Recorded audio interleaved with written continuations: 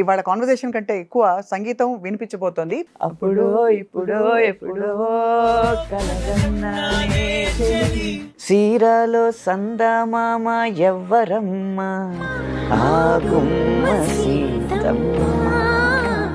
నిజంగా నేనేనా ఇలా నీ జతలో ఉన్నా.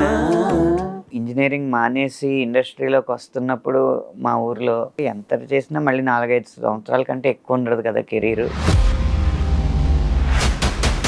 ఇప్పుడు ఈ పాటలన్నిటికీ మహానుభావులు లాంటి సంగీత దర్శకులు మీకు ఫోన్ చేసి మాట్లాడినప్పుడు మీకు ఎలా అనిపిస్తుంటుంది ఆ టైంలో? ఫస్ట్ టైం రెహమాన్ గారిని కలిసినప్పుడు ట్యూన్ తీసుకోవడానికి వెళ్ళాను. అప్పుడు నేనంటే డోంట్ బి నర్వస్ అని ఆయనే. మీ పాట పాడేటప్పుడు సరిగా ఉచ్చరించలేదని చెప్పి కొంతమంది బాధపడిన సందర్భాలు ఉన్నాయి. అందరూ తెలుగువారి చేత పాడిస్తుంటే మరి ఆదరించట్లేదు. మిగిలిన భాషల్లో ఉన్నంత నాణ్యత మన తెలుగు భాష గాయకుల గొంతుల్లో కారణం మన పేరెంటింగ్ విధానం. ఎవరు చిన్నప్పటి నుంచి ఇటు గాయకుడు అవ్వాలని చెప్పి తన పిల్లల్ని పెంచట్లేదు. ముందు ఐఐటి కొట్టు, లేకపోతే మెడిసిన్ కొట్టు. ఒక సంస్థ పేరు చేయితో స్టార్ట్ అవుద్ది, ఒక సంస్థ పేరు నాతో స్టార్ట్ అవుద్ది. వాళ్ళ టీవీలో ఓదరగొట్టే ర్యాంకుల ఇది వల్ల శ్రీరామ్ మీదే చాలా విమర్శలు వచ్చాయి ఆ మధ్య. మన విమర్శ మానిటైజ్ అయ్యేలా ఉండాలి. ఉత్తినే వచ్చి సలహాలు ఇస్తే కుదరదు. విలువలు తగ్గిపోతున్నాయండి. సరే, ఆ విలువలు పాటించినప్పుడు విపణిలో దాన్ని గెలిపించడం ఎలాగో కూడా సలహా ఇవ్వాలి. పాటకి 5 లక్షలు 6 లక్షలు 12 లక్షలు తీసుకుంటున్న గాయకులు ఉన్నారు. 40 లక్షలు తీసుకున్నాడు ఒక గాయకుడు. అది వైట్ ఎంతో తెలీదు, బ్లాక్ ఎంతో మనకు తెలియదు. మీకు వీటన్నిటితో పాటు ఇంత హృదయమైన పాటలు రాసే మీకు అద్భుతమైన చమత్కారం ఎక్కడి నుంచి వచ్చింది? గోదావరి. ఓ అంతేగా. ఎందుకంటే నిజంగా ఇప్పుడు మీరు మిడిల్ ఈస్ట్ మ్యూజిక్ విన్నారనుకోండి, ఎక్కువ సింధు భైరవ్ రాగంలో తారాస్థాయిలో హమ్మింగ్స్ లాగా అనిపిస్తూ ఉంటుంది, అంటూ ఉంటుంది కదా. ఎందుకంటే మిడిల్ ఈస్ట్లో పంటలు అనేవి మృగ్యం. నీరు ఎప్పుడో కానీ దొరకదు. ఏదో ఆ ఖర్జూరం ఈత తింటా ఆ టైంలో అలా బతికేవారు కదా. వాళ్ళకి సరైన ఆహారం దొరకడమే కష్టం. దొరికిన ఏదో ఆ ఒంటెలను చంపుకుని ఆ మాంసాహారం తింటా రుచికరమైన ఆహారం అనేది వాళ్ళకి చాలా అరుదు. ఆకలి బాధలు ఎక్కువ ఉంటాయి. ఆ సంగీతం కూడా అక్కడ అలాగే ఉంటుంది. గోదావరి ఉంది ముఖ్యంగా మా కడుపు నిండిన బేరం మాదైతే. డబ్బు ఉండదేమో కానీ అన్నానికి లోటు ఉండదు. ఇప్పుడు కడుపు ఖాళీగా ఉందనుకోండి, దాని ఒక్కదాని మీదే దృష్టి ఉంటుంది. కడుపు నిండాక 100 వాటి మీదకి వెళ్తుంది దృష్టి. అందులో కొంచెం కారం కూడా లోటు లేనప్పుడు ఎటకారం ఒకటి బయటకు వస్తుంది. సో కారం, ఎటకారం, మమకారం అన్నీ ఎక్కువే మీకు, అంతేగా గోదావరి జిల్లాలో. సో మీరు రాస్తూ వచ్చిన పాటల్లో మీకు బెస్ట్ కాంప్లిమెంట్స్ అందిన పాట ఏది అంటే తాను నేనువే కదా. అన్ని రెహమాన్ గారి పాటలే మీకు ఎక్కువ కుదురుకున్నాయనొచ్చా? అలా ఏం లేదండి. ఇప్పుడు ఎటో వెళ్ళిపోయిన మనసు సినిమా ఉంది కదా, ఇళయరాజా గారిది. అది మ్యూజిక్.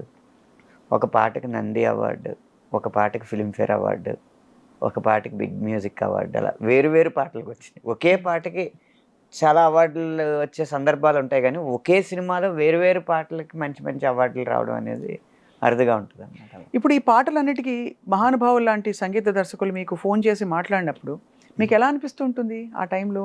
అంటే ఒక నర్వస్నెస్ ఉంటుంది, కొంత ఒక అలజడి. ఇప్పుడు లేదేమో కానీ అప్పుడు అనుకోండి. ఎందుకంటే అసలు ఫస్ట్ టైం రెహమాన్ గారిని కలిసినప్పుడు ట్యూన్ తీసుకోవడానికి వెళ్ళాను. అప్పుడు నేనంటే డోంట్ బి నర్వస్ అని ఆయనే సముదాయించారు. ఇళయరాజా గారి దగ్గరికి వెళ్ళినప్పుడు కాళ్ళు వణకడం కూడా కాదు, మొత్తం బొట్టనేల దగ్గర నుంచి తల వరకు మొత్తం బీసిపోద్ది. ఆయన కూడా చాలా ప్రేమగా మాట్లాడి అలా వాళ్ళు ఈజ్ చేసిన తర్వాతే మనం మామూలు స్థితికి వస్తాం. ఆయనకి మీరు మల్టిపుల్ వర్షన్స్ వినిపించారా? ఫస్ట్ టైం అప్రూవ్ అయిపోయింది ఆ పాట? ఫస్ట్ టైం అప్రూవ్ అయిపోయిందండి ఇళయరాజా గారి దగ్గర. అంతే. రెహమాన్ బాగుంది అన్నారా? ఎలా అన్నారు? కరెక్ట్గా ఉంది, మంచి సౌండింగ్ ఉంది. ఎంత అదృష్టవంతులండి మీరు, అంటే నిజంగా ఇంతమంది అదృష్టవంతుడిని. సంగీత పరిశ్రమలో ఉండడం. అంటే ఎంత అదృష్టం దక్కిందంటే మీకు 60ల నుంచి అదే 70ల నుంచి మ్యూజిక్ చేస్తున్న వ్యక్తులతో కూడా పనిచేయగలిగే అదృష్టం దక్కింది. ఇళయరాజా గారు అవ్వచ్చు, విద్యాసాగర్ గారు అవ్వచ్చు. అలాగే ఇప్పుడు ఈ కాలంలో అందరినీ మెప్పిస్తున్న సంగీత దర్శకుల చేత కూడా తో కూడా కమాన్ కమాన్ తమన్ గారు అవ్వచ్చు, అనిరుద్ధ్ గారు అవ్వచ్చు. అలా అన్ని వయస్కుల సంగీత దర్శకులతో పనిచేసే అదృష్టం మాత్రం నాకు బాగా మీకు అంటే మీ మనసు సింగిల్ కార్డులు. అవును, సింగిల్ కార్డు. తర్వాత మీకు ఉండే గొప్పదనం ఏంటంటే ఆనంద్ గారు, మీరు అన్ని తరాలతో కనెక్ట్ అయ్యే ఏంటి ఒక విజ్ఞత ఉంది మీలో. ఎవరి వయసు తగ్గట్టు వారితో అలా మాట్లాడడం అలవాటు నాకు. మీ వయసు ఏమిటో ఈ ప్రాసెస్లో మేము ఎప్పుడు పసిగట్టలేకపోయాం. 39 సంవత్సరాలండి, దాంట్లో అబద్ధమే ఉంది. పెళ్ళి అయిపోయాక వయసు దాచుకోవడం ఎందుకు? అంతేనా? ఇప్పుడు దాచుకుని కూడా లాభం లేదు. లాభం లేదు, ఏం పని అవ్వదు. అనంత్ గారు, మీ పాటలు పాడేటప్పుడు చాలా మంది, ఇప్పుడు కొంతమంది ఇతర అన్య భాషస్థులు మీ పాట పాడేటప్పుడు సరిగా ఉచ్చరించలేదని చెప్పి కొంతమంది బాధపడిన సందర్భాలు ఉన్నాయి. మీరు ఎప్పుడైనా ఫీల్ అయ్యారు అలాగా? మీ పాటలే కాదు, సరే నేను అనేది శ్రీరామ్ గారు కావచ్చు. మన భాష గాయకులు పాడినప్పుడు ఆదరించే మనసున్న వాళ్ళే అన్య భాష గాయకులు పాడినప్పుడు విమర్శించే అర్హత ఉన్నవారని నా ఉద్దేశం. అందరూ తెలుగువారి చేత పాడిస్తుంటే మరి ఆదరించట్లేదా? ఇంకా కూడా కొత్త గొంతు కావాలి. ఒక పదాన్ని కొంచెం తప్పుగా పలికితేనే కొత్తగా భావిస్తున్నారు. అది కాక నేను మొహమాటం లేకుండా చెప్పేది ఏంటంటే, మిగిలిన భాషల్లో ఉన్నంత నాణ్యత మన తెలుగు భాష గాయకుల గొంతుల్లో చాలా అరుదుగా కనిపిస్తుంది. కారణం మన పేరెంటింగ్ విధానం. ఎవరు చిన్నప్పటి నుంచి ఇటు గాయకుడు అవ్వాలని చెప్పి తన పిల్లల్ని పెంచట్లేదు. ఇది సెకండరీగా ఉంచు, ముందు ఐఐటి కొట్టు, లేకపోతే మెడిసిన్ కొట్టు, అన్నీ కొట్టుకుని పుస్తకాలు వేసుకుని ఎత్తినేసి కొట్టుకో, ఇవన్నీ చెప్పిన తర్వాత వాడి సహజ సిద్ధంగా ఉన్న ఆశయానికి సెకండ్ ప్రిఫరెన్స్ ఇమ్మని, ఈ సమాజం మెచ్చే ఆశయం వైపు ఫస్ట్ ప్రిఫరెన్స్ ఇచ్చి కృత్రిమంగా ఆశయాన్ని జొప్పించి దాని తపస్సు దాని వైపు చేయించి ఒక 18 సంవత్సరాలు 25 సంవత్సరాలు వచ్చిన తర్వాత వాళ్ళ సమాజానికి అనుకున్నది, తల్లిదండ్రులు అనుకున్నది ఆడు సాధించిన తర్వాత అండ్ సాఫ్ట్వేర్ ఇంజనీర్నో లేకపోతే డాక్టర్నో ఒక కార్పొరేట్గా ఆయన చేసిన తర్వాత ఇప్పుడు కావాలంటే నువ్వు ఏదైనా చేసుకోండి, ఇంకేం చేస్తాడు వాడు? అప్పటికే చిన్నప్పటి నుంచి సాధన ఉంటేనే కదా. అవును, అది తెలుగు వారిలో మాత్రం ఉందంటారా? ఈ గుణం తెలుగు వారిలోనే ఎక్కువ.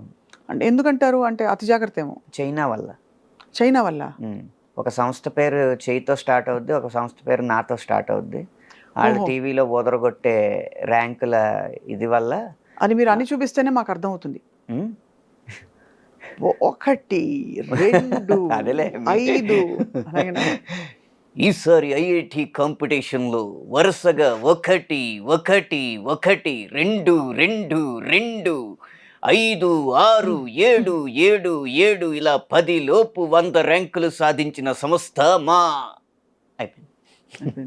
అమ్మ బాబోయ్, చాలా విషయం గమనించారు మీరు. అంటే ఎంత పెద్ద విషయం. మరి అంత ఊదరగొట్టేస్తుంటే మావాడు అందులోకి వెళ్ళిపోవాలి, మావాడు కొట్టేయాలి, మావాడికి కట్నం వచ్చేయాలి. ఇదే మా అమ్మాయి వెళ్ళిపోవాలి, మా అమ్మాయి మెడిసిన్ కొట్టేయాలి, మంచి ర్యాంక్ కొట్టేయాలి, తక్కువ కట్నం ఇచ్చుకోవాలి.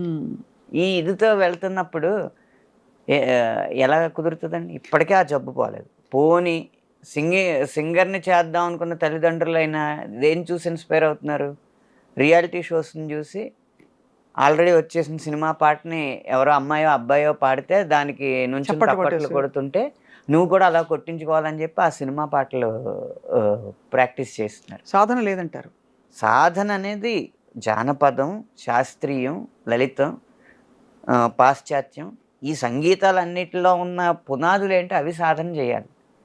మన జీవితంలో నేర్చుకున్న కళని, మన జీవితంలో ఎదురైన అనుభవాల్ని క్రోడీకరించి కలగలిపి మనదైన కళ బయటికి తీస్తే అది సినిమాకు ఉపయోగపడుతుంది. కానీ సినిమాలో వచ్చేసిన వాటి ద్వారా నేర్చుకుని మళ్ళీ సినిమాల్లో పైకి వద్దామంటే అది అవ్వదు. ఎప్పుడు మన ఒరిజినాలిటీ ఉంటేనే కదా సినిమాలో ఒక ప్రత్యేకత ఉంటుంది. కరెక్ట్, అంతేగా. పెంచిల్ దాస్ గారి పాటలు ఉన్నాయి, ఎందుకు నచ్చినాయి? ఆయన ఆయన మట్టి వాసనని ఆ పాటల్లో జొప్పించగలిగాడు కాబట్టి. అవును. కాసుల శ్యామ్ గారి పాటలు ఎందుకు నచ్చుతున్నాయి? ఆ తెలంగాణ సంస్కృతిని కమర్షియలైజ్ చేయగలిగారు కాబట్టి. అలా మన జీవితంలో అనుభవాలని సినిమాకి ఇవ్వాలి, కానీ సినిమా ద్వారా మనం అనుభవం పొందకూడదు. అవును. అది అది గమనించకుండా రియాలిటీ షోస్ని టార్గెట్గా పెట్టి అందులో సెలెక్ట్ అవ్వకపోతే ఏడుపులు పెడబబ్బులు పెట్టుకుని చేస్తున్నారు తప్పితే మూలాన్ని గమనించట్లేదు. ఇలాంటి వాతావరణంలో తెలుగులో గొప్ప గొంతులు వస్తాయని ఎలా ఎక్స్పెక్ట్ చేస్తాం? కానీ అంటే బట్ నిజానికి సంఖ్యాపరంగా చాలామంది శిక్షణ పొందుతూ చాలామంది గొంతుకులు ఉన్నారు ఇక్కడ మీరు అన్నట్టు.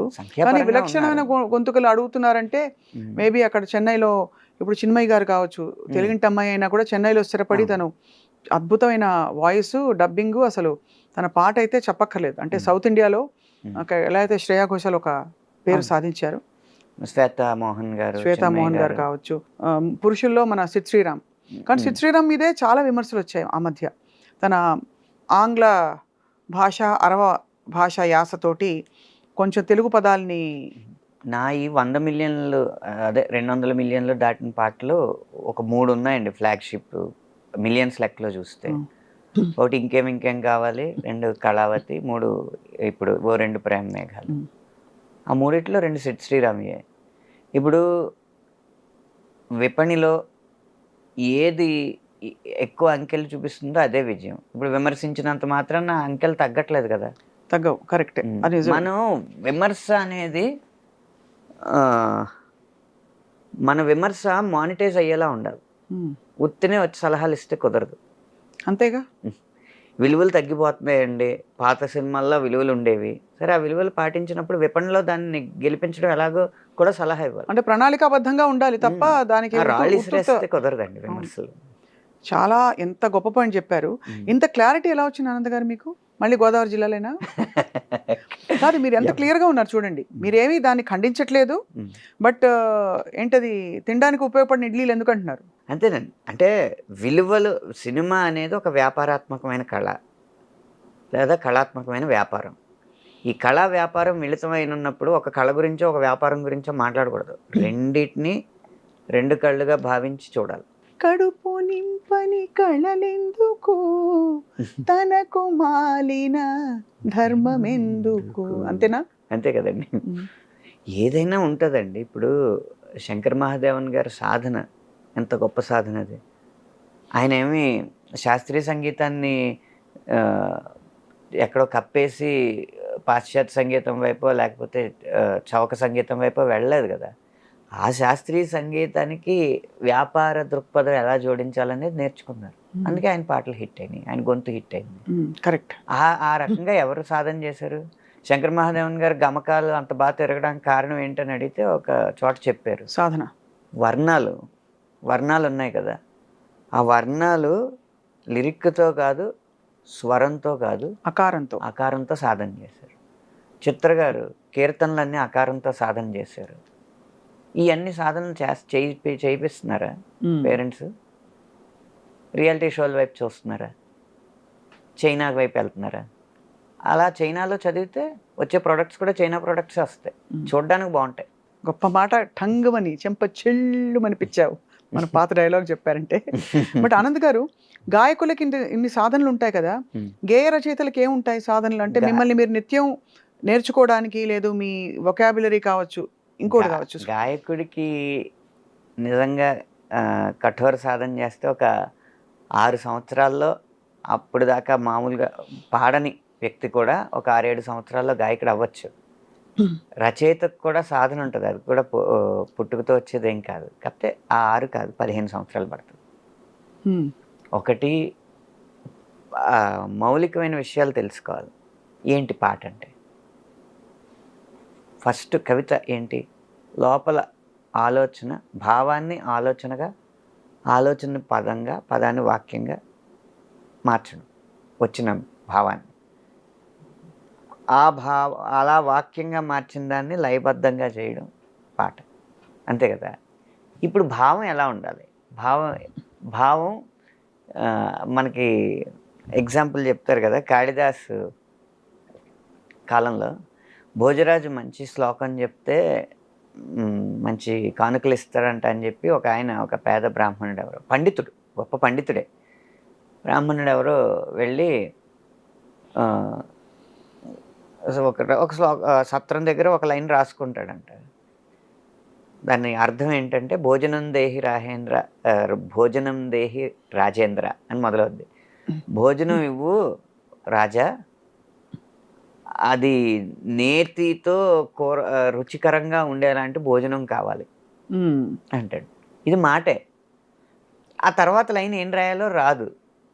అటు ఎక్కడో కాళిదాసు, ఒక గుడిలో కాళిదాసు కనిపిస్తే ఆయన దగ్గరికి వెళ్ళి ఇలాగా, రాజు ఏదైనా శ్లోకం ఇస్తే కానుకిస్తాడంట, కొంచెం పేద స్థితిలో ఉన్నాను నేను, ఒక లైన్ వచ్చింది, తర్వాత ఏం రాయాలో చెప్పండి అంటే ఆయన చూసి భోజనం దేహి రాజేంద్ర, నేతితో కూడిన భోజనం కావాలి అని చెప్పి మొదటి పాదం పూర్తయిన తర్వాత రెండవ పాదం ఆయన పూరించిస్తాడు.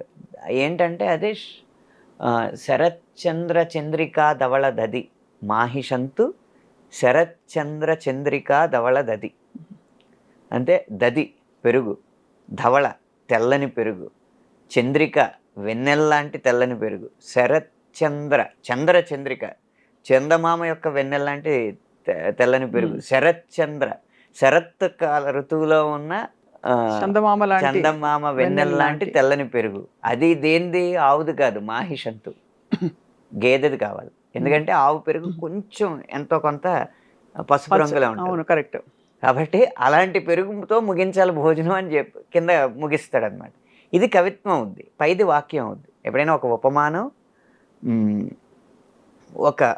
ఒక ఉపమానం ఉండాలి, ఆ భావానికి తగ్గట్టుగా పదాలు ఎంచుకోవాలన్నమాట. అలా కవిత్వం పుట్టిన తర్వాత దాన్ని లయబద్ధంగా ఎలా పెట్టాలి? ఇప్పుడు శరత్చంద్ర చంద్రిక ధవళదది, మీరు ఆది తాళంలో పాడండి దాన్ని. శరత్చంద్ర చంద్రిక, శరత్చంద్ర చంద్రిక ధవళదది, అదొక పాదం అవుద్ది. అప్పుడు తనన అది ట్యూన్ అవుద్ది. కింద పూరించుకోవాలి దాన్ని ఇంకో దాంతో. అలా ఆ ప్రక్రియని నెమ్మదిగా నేర్చుకుంటూ సాధన చేస్తే మన భావాన్ని ఆలోచనగా, ఆలోచనని వాక్యంగా, వాక్యాన్ని లయబద్ధంగా, ఆ లయని కావలసిన నడకలో, ఆది తాళమా, ఖండమా, మిశ్రమా కావలసిన నడకలో పెట్టడం.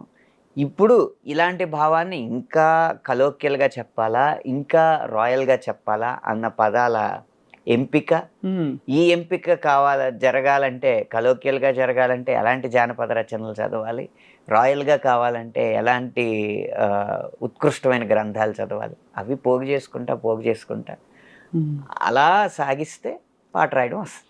మీరు మరి మీ రెపర్టుఆర్ అంటే మీ ఈ ప్రక్రియలో మీ పాటల జాబితా, సంఖ్య, ఇంకా అనేక రకాలు అంటే శైలులు పెంచుకునే క్రమంలో వాగ్గేయకారుల శైలిలు చూసుంటారు కదా అనంత గారు, చూసారా? అన్నమాచార్యుల వారి శైలి ఏమిటి?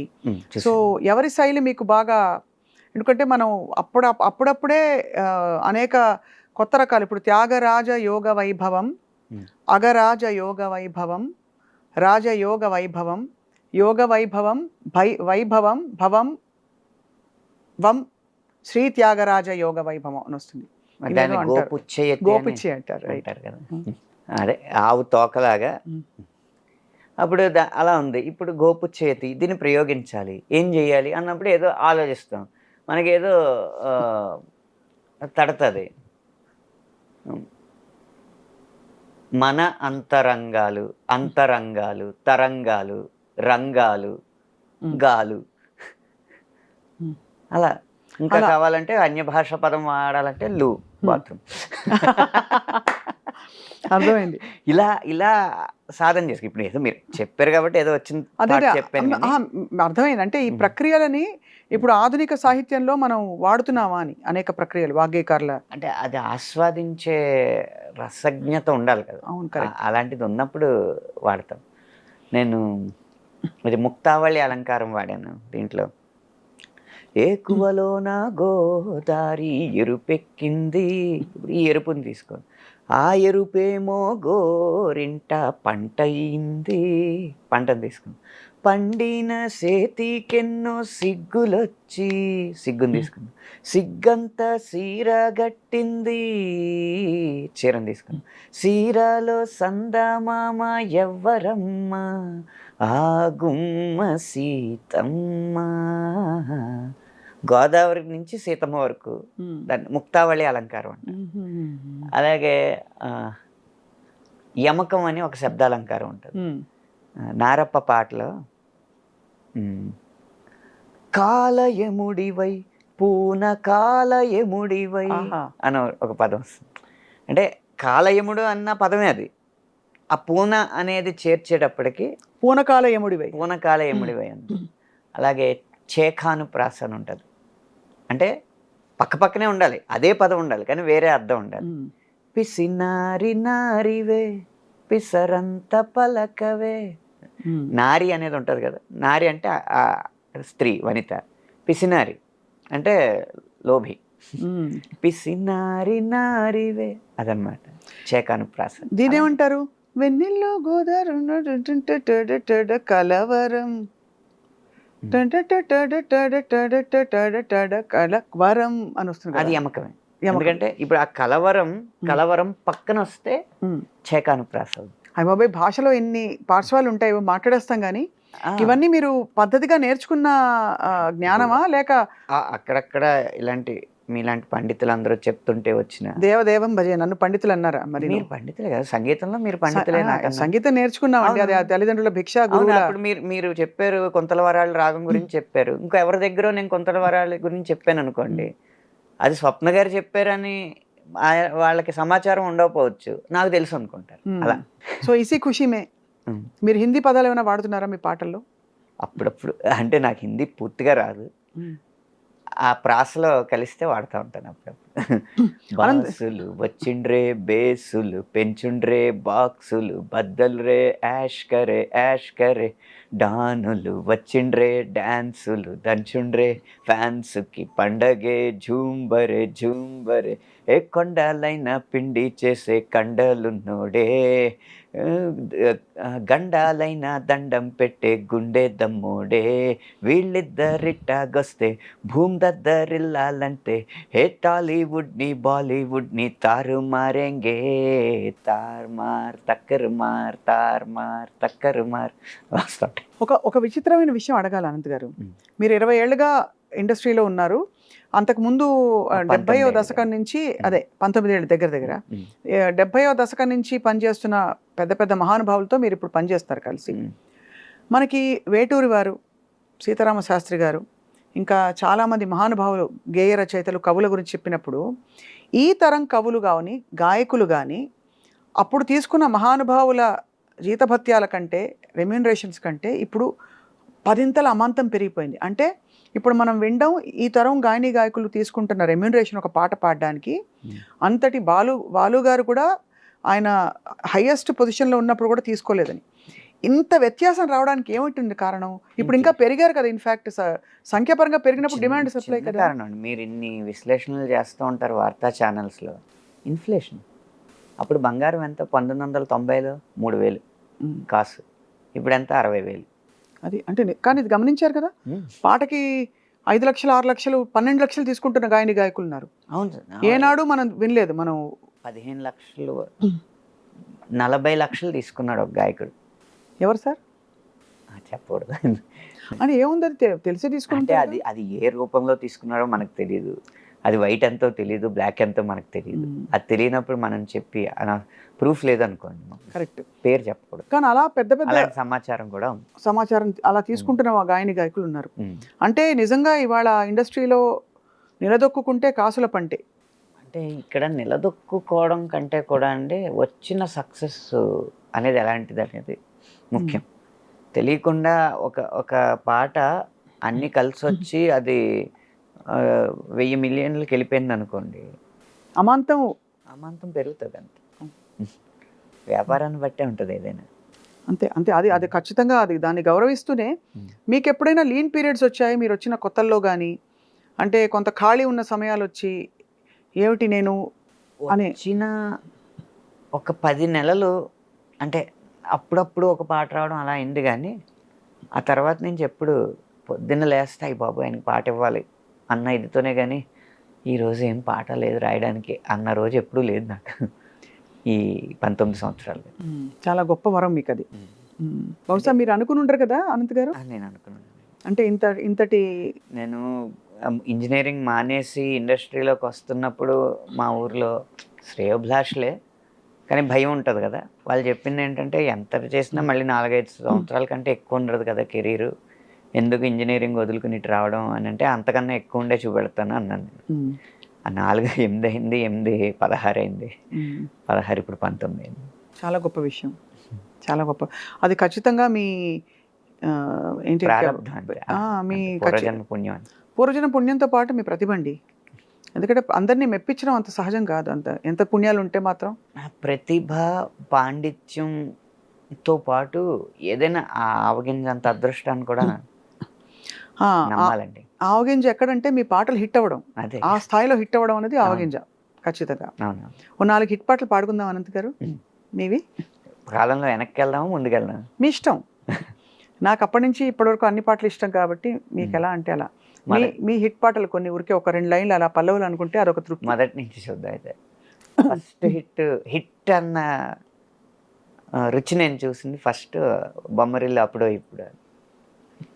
తీపి కన్నా ఇంకా తీయనైనా తేనె ఏమిటంటే వెంటనే నీ పేరని అంటానే, హాయి కన్నా ఎంతో హాయిదైనా చోటే ఏమిటంటే నువ్వు వెళ్ళేదారని అంటానే, నీలాల ఆకాశం నా నీలం ఏదంటే నీ వాలు కళ్ళల్లో ఉందని అంటానే, అప్పుడో ఇప్పుడో ఎప్పుడో కలగన్నానే చెలి, అక్కడో ఇక్కడో ఎక్కడో మనసిచ్చానే మరి.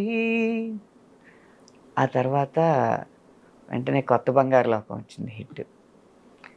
నిజంగా నేనేనా ఇలా నీ జతలో ఉన్నా, ఇదంతా ప్రేమేనా ఎన్నో వింతలు చూస్తున్నా, ఎదలో ఎవరో చేరి అన్నీ చేస్తున్నారా, వెనకే వెనకే ఉంటూ నీపై నన్నే తోస్తున్నారా, హరే హరే హరే హరే హరే రామ, మరి ఇలా ఎలా వచ్చేసింది ధీమా, ఎంతో హుషారుగా ఉన్నదెలోన ఏమ్మా ఏమ్మా. అది వరుసగా ఇలాంటి లవ్ సాంగ్ పడుతున్న టైంలో పరారే పరారే పప్ప పరారే భయం పరారే చలో రే చిందేసి చలో రే పందెంలో జయం ఖరారే లాంటి మాస్ కానీ, రబ్బరు గాజులు రబ్బరు గాజులు రబ్బరు గాజులు తెచ్చానే, రిబ్బను పువ్వులు రిబ్బను పువ్వులు రిబ్బను పువ్వులు తెచ్చానే, అమ్మని అబ్బని అత్తిలి పొమ్మని హత్తెరిని ఇద్దరికొచ్చానే, నువ్వంటే పడి పడి నువ్వంటే పడి పడి నువ్వంటే పడి పడి చేస్తానే, నీ వెంటే పడి పడి వస్తానే అని ఓహో మాస్లో ఉన్నాడనమాట అని వచ్చినప్పుడు, నమ్మవేమో గాని అందాల యువరాణి నేలపై వాలింది నా ముందే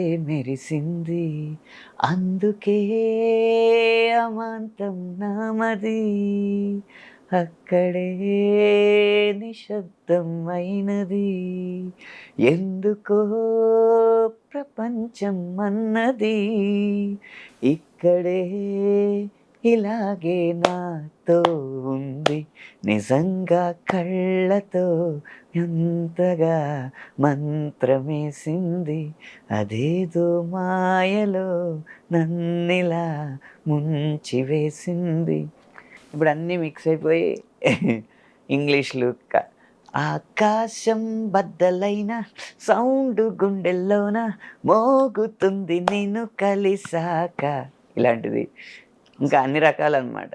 చిన్నదో వైపు పెద్దదో వైపు చిందేసి చెంగుమంటే పెరగదా ఊపు, సోకులో వైపు సొంపులో వైపు చల్లేసి చంపుతుంటే కలగదా కైపు, లాంటివి. ఇలా కమర్షియల్ మీటరే, అటు క్లాస్ అయినా మాస్ అయినా కమర్షియల్ మీటర్లో జరుగుతున్న సందర్భంలో అనుకోకుండా వచ్చిన సినిమా ఏమాయ చేసేది. అబ్బబ్బబ్బబ్బ, అసలు ఆ పాటలు మంది ముందుకొచ్చి అందాలు సల్లుతున్న ఈ గుండెకేమవ్వలా, ఓ నిన్న కాక మొన్న వచ్చి ఏ మాయ చేసావే పిల్లి మొగ్గలేసిందిలా, హోసాన హోసాన గాలుల్లో నీ వాసన, హోసాన పువ్వుల్లో నిన్ను చూసిన, ఏ సందు మారినా ఈ తంతు మారునా, ఓ నా వల్ల కాదు ఇంకా నన్ను నేను ఎంత ఆపినా, హోసాన ఊపిరినే వదిలేస్తున్నా, హోసాన ఊహల్లో జీవిస్తున్నా.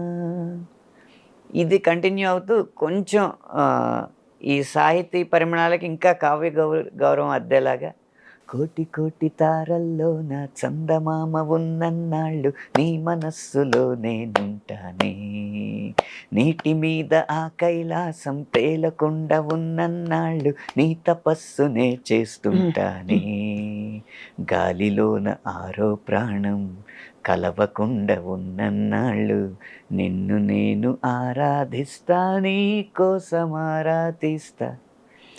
మళ్ళీ పూర్తి వెనక్కి మాస్. అసలు పూర్తి శాస్త్రీయం ఏమన్నా రాశారా? పూర్తి శాస్త్రీయం అంటే ఉదాహరణకి మన తెల్లవారదేమో స్వామి ఆ టైపు. శుభప్రదం విశ్వనాథ్ గారి మూవీలో ఒక శాస్త్రీయం జానపదం జుగలబందీ సన్నివేశం వస్తుంది అనమాట. ఆ పాట ఏంటంటే అనుకోకుండా బాలు గారు పాడు అని చెప్పి గదమాయిస్తే జై హింద్ అంటాడు హీరో క్యారెక్టర్ నరేష్ గారు. జై హింద్ అన్న పదం నుంచి అతనికి ఇన్స్పిరేషన్ వచ్చి జానపద శైలిలోనే ఎత్తుకుంటాడు అనమాట.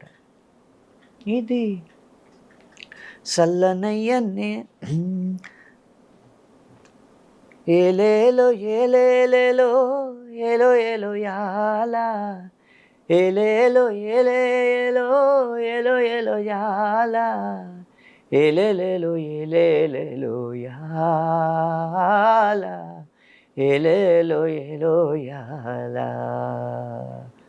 ఇది సల్లనయ్య రామయ్య ఏలిన నేల, ఇది నల్లనయ్య గీత వింటూ ఎదిగిన నేల, చల్లనయ్య నల్లనయ్య ఆహా, ఏలేలో ఏలేలేలో యాల, ఏలేలేలో ఏలో యాల. ఆవునైన అమ్మాని కొలిసే నేల, జీవుల్లో దేవుడినే చూసే నేల, జీవుల్లో దేవుడినే చూసే నేల. అందుకని అప్పుడు ఆయన శాస్త్రీయంగా దానికి జుగల్బందీ చేస్తారు.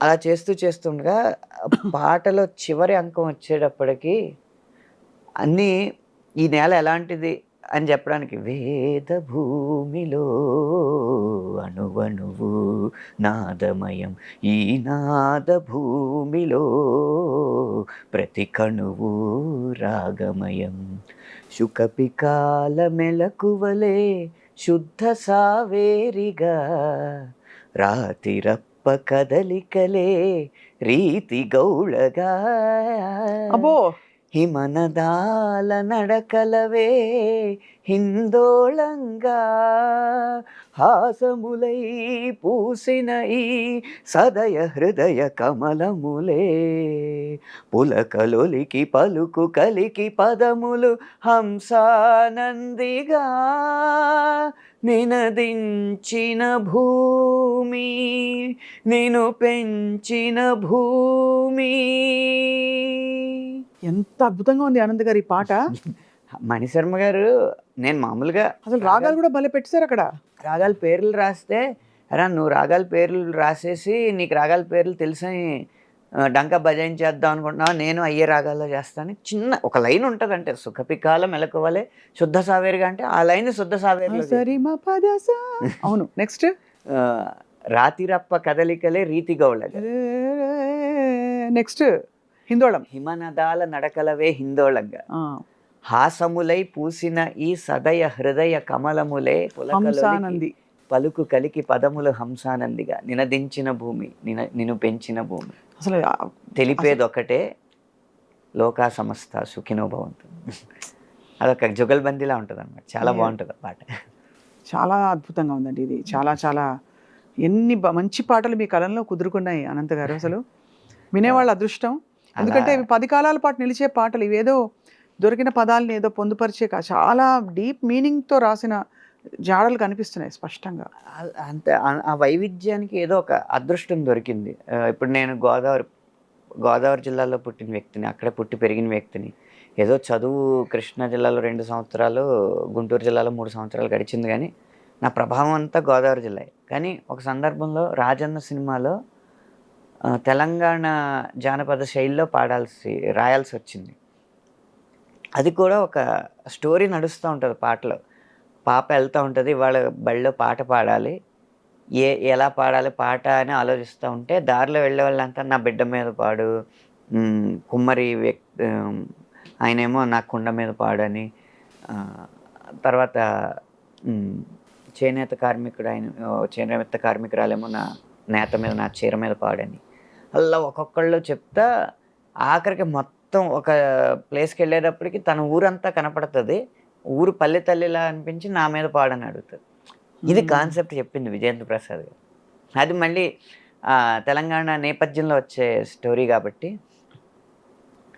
రారిరో రేలా రారిరో రేలా రారిరో రేలా రారిరో రేలా రారిరో రేలా రారిరో రేలా, చూడవే సుక్క చూడవే నా బిడ్డ దిక్కు చూడవే, సందమామ లెక్క ఉంటదే దీని సందమేందో పాడవే, నేలమ్మ దీవించి నల్ల మన్ను ఇచ్చి నన్నే చెయ్యమంది కుండ, సుక్కాయి కుండ నీళ్లతో నీ గొంతు నిండి నీ పాట సల్లంగా ఉండా, నీ బతుకుల సిరునవ్వు పండ, సిరిసిల్ల మొత్తం సీరతో గప్పి నీ సీమ సేరిందే నా మగ్గమియాలా, సుక్కా సేనేత సప్పుళ్ళే సంగీతమవ్వాల, సందళ్ళు తేవాలా, సంబరాల తేలాల, రారిరో రేలా రారిరో రేలా రారిరో రేలా రారిరో రేలా రారిరో రేలా రారిరో రేలా, ఇలా రాసే అవకాశం వచ్చింది.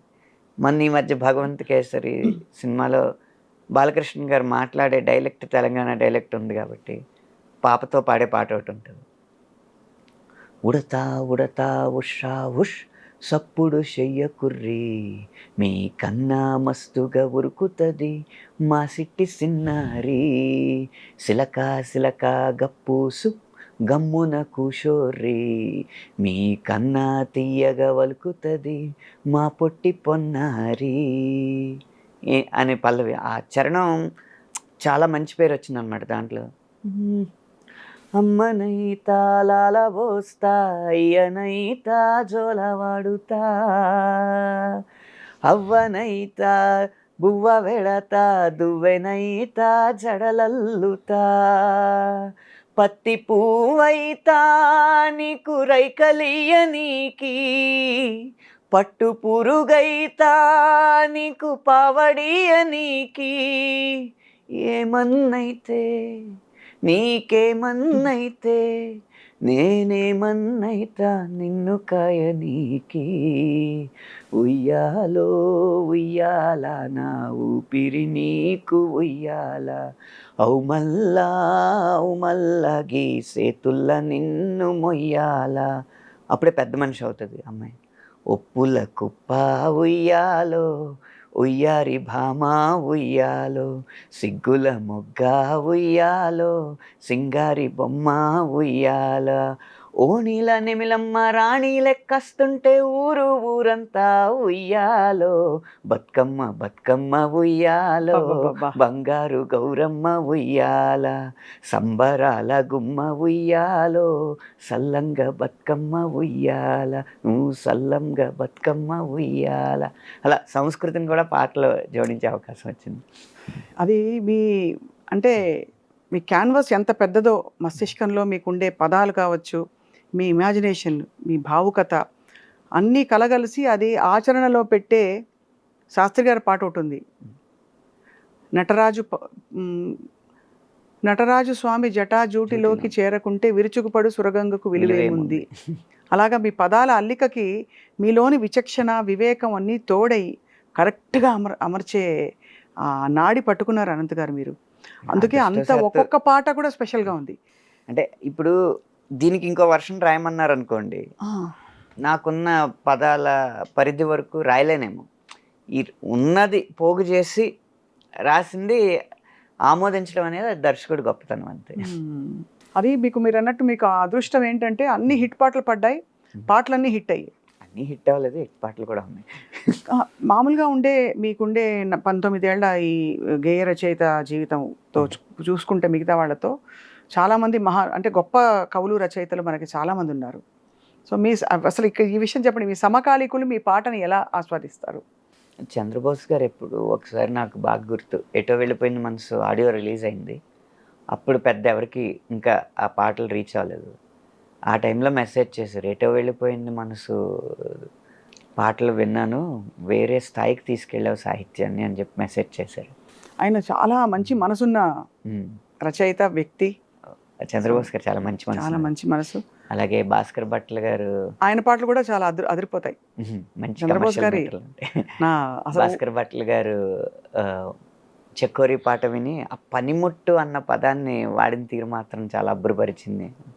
ఇట్టి పసిగట్టి కను కదలిక పట్టి కనిపెట్టి వలపుల రుచి పట్టే పనిముట్టే అవసరమట ఇకపైన అని ఉంటుంది లైన్. ఒక ప్రేమ పాటలో పనిముట్టు అనేది ఒక కర్మాగారంలో ఉండేది కదా మామూలుగా, జనరల్గా కార్మికుడికి సంబంధించిన విషయం.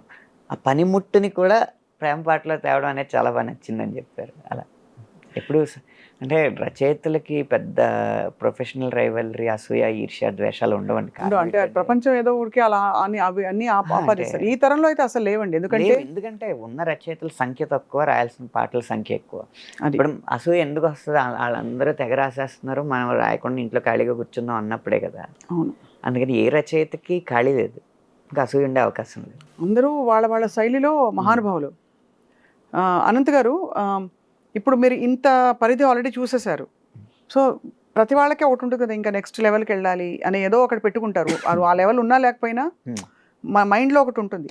మీరు అలా మీకు ఒక తీరని కళా కోరిక, ప్రబోధాత్మకమైన పాటలు రాసే అవకాశం నాకు తక్కువ వచ్చింది. రాసినవి కూడా పెద్దగా హిట్ అవ్వలేదు, ఎందుకంటే సినిమాలు హిట్ అవ్వకపోవడం వల్ల. అలాంటి కథలు వచ్చినప్పుడు నిజంగా ఒక హిట్ అయిన సినిమాలో ఒక ప్రబోధాత్మకమైన పాట రాస్తే రచయితకి సంతృప్తి. అవును. శాస్త్రి గారికి ఉన్న నిగ్గదీసి అడుగు సిగ్గులేని జనాన్ని లాంటి పాటలు ఇంకా మా తరంలో, అంటే సినిమాలు కూడా రావట్లేదు, కథలు ఎక్కువ రానప్పుడు పాటలు కూడా తక్కువే ఉంటాయి. తక్కువ పాటలు హిట్ అయ్యే పాటలు ఉండకపోవచ్చు. కానీ ఇప్పటికీ మీరు ఇంకా ఆ వయసు ఇంకా రాలేదని అనిపించుకోవాలి మీకు అంటే అలా సరిపెట్టుకోవాలంటున్నాను. బహుశా లేదండి, ప్రబోధపకమైన రాదు, అలాంటి సినిమాలు రాలే. కానీ ఏదేమైనా మీ ప్రయాణంలో మీరు బాగా బలపడి లాస్ట్ టైం మాట్లాడినప్పటికీ ఇప్పటికీ కూడా ఇంకా ఎన్నో పాటలు వచ్చేసాయి, హిట్ పాటలు. సో అదృష్టం. వివాదాలు తగ్గాయి. దిగు నాగా తర్వాత మీ గురించి ఏం వివాదాలు ఏమీ రాలేదు. అప్పటికి మీరు క్లారిఫై చేసింది చాలా మందికి నచ్చిందండి. అవునండి. కానీ అలా మీకు ఎప్పుడు ఈ మధ్యకాలంలో ఫలానా పదాలు ఉండాలి, ఇటువంటి ఒక సన్నివేశం ఉంది అని ఇప్పుడు అసలు డబుల్ మీనింగ్ తగ్గిపోయింది రండి, అవసరమే లేదు. ఎందుకంటే అంతా బహిరంగంగా ఒకే మీనింగ్ ఉంది కాబట్టి స్ట్రైట్ మీనింగే ఉంటుంది. ఇదివరకు ఒక టైంలో చాలా నడిచింది కదా ఆ డబుల్ మీనింగ్ స్టైల్. అప్పుడు ప్రేక్షకుల అభిరుచిని బట్టి ఉంటుంది ఎక్కడైనా, అంతే. ఆదరించకపోతే ఏది ముందుకు రాదండి. ఒక ప్రయత్నం చేస్తాం, ఆ ప్రయత్నం ఆదరించట్లేదు అన్నప్పుడు ఎందుకు చేస్తాం. మీ ఈ సాహితీ ప్రయాణంలో మీ శ్రీమతి గారి పాత్ర ఉంటుందా? పాట వింటారా? అంటే పాట రాయడానికి ఓపిక కావాలి కదండి. ఓపికకి భోజనం పెట్టాలి కదా. పెట్టాలి కదా.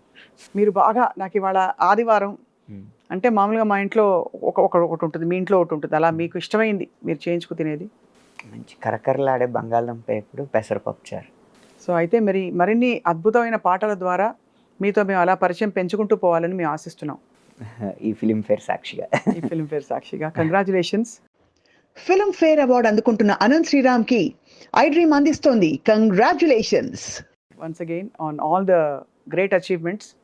అండ్ ఈ సందర్భంగా ఈ ఫిలింఫేర్ అనేది పెద్ద హీరో సినిమాకి వస్తే ఆ వెలుగంతా కూడా ఖచ్చితంగా పెద్ద హీరో ఉన్నప్పుడు ఆ వెలుగు వాళ్ళదే ఎవరైనా అవుతుంది. ఆ వెలుగులోనే నడుస్తాం. అందులో మహేష్ బాబు గారి సినిమా రాసా, పవన్ కళ్యాణ్ గారి సినిమా రాశాను, ఎన్టీఆర్ గారి సినిమా రాశాననే చెప్పుకుంటాం కదా. మా మార్కెట్ పెరగడానికి కూడా అలాగే చెప్పుకుంటాం. కానీ బేబీ నిజంగా బేబీ లాంటి సినిమా, చిన్న సినిమా. ఆ సినిమాలో పాట ఒకటే 100 మిలియన్లు దాటడం, 2 ఫిలింఫేర్ రావడం, ఈ 2 చిన్న సినిమా సాధించడం వల్ల ఆ ఘనత ఎక్కువ నేను తీసుకోవడానికి ఒక స్వేచ్ఛ వచ్చింది. అవును. కాబట్టి ఈ సందర్భంగా ఓ 2 ప్రేమ మేఘాలు పాట నేను ఇచ్చినట్టుగా ఆమోదించిన దర్శకుడు సాయి రాజేష్ గారికి, నిర్మాత ఎస్కేఎన్ గారికి కూడా మనం ధన్యవాదాలు తెలుపుకోవాలి. నిజానికి ఆ సినిమా తయారవుతున్న టైంలోనే అది ఎలా ఉంటుందో ఏమిటో అనే ఒక చిన్న ఒక హోప్, ఒక ఆశ ఉండింది బాగా రావాలని ఆనంద్ దేవరకొండ గారు మాట్లాడినప్పుడు. అది కానీ ఫైనలీ ఏ స్థాయికి చేరిందంటే ఆ సినిమా మొన్న ఇటీవల సంగీతం శ్రీనివాసరావు గారిని పలకరించి ఒక ఇంటర్వ్యూ చేసిన సందర్భంలో ఆయన ప్రస్తావించిన గొప్ప సినిమాలు ఈ చిన్న సినిమాలు, అందులో బేబీ ఒకటి, బలగం ఒకటి. సో అది ఆయన మరీ చెప్పారు. సో అన్నీ కలిస్తేనే ఒక గొప్ప సినిమా తయారవుతుంది. మీ వంటి వారు ఉన్నారు కాబట్టి ఆ సినిమాలో మంచి పాట రావడం. నేననే కదండి, 5 మొత్తం నాతో పాటు 5 పురస్కారాలు అందుకున్నారు ఆ సినిమాకి. అవును. ఒక సినిమా పోనీ పురస్కారాలు అందుకున్న సినిమా కలెక్ట్ చేయలేదా అంటే 100 కోట్లు దాటి కలెక్ట్ చేసింది.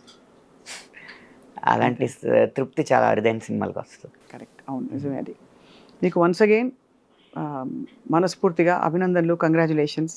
ధన్యవాదాలు. ధన్యవాదాలు అనంత్ శ్రీరామ్ గారు. Thank you so much.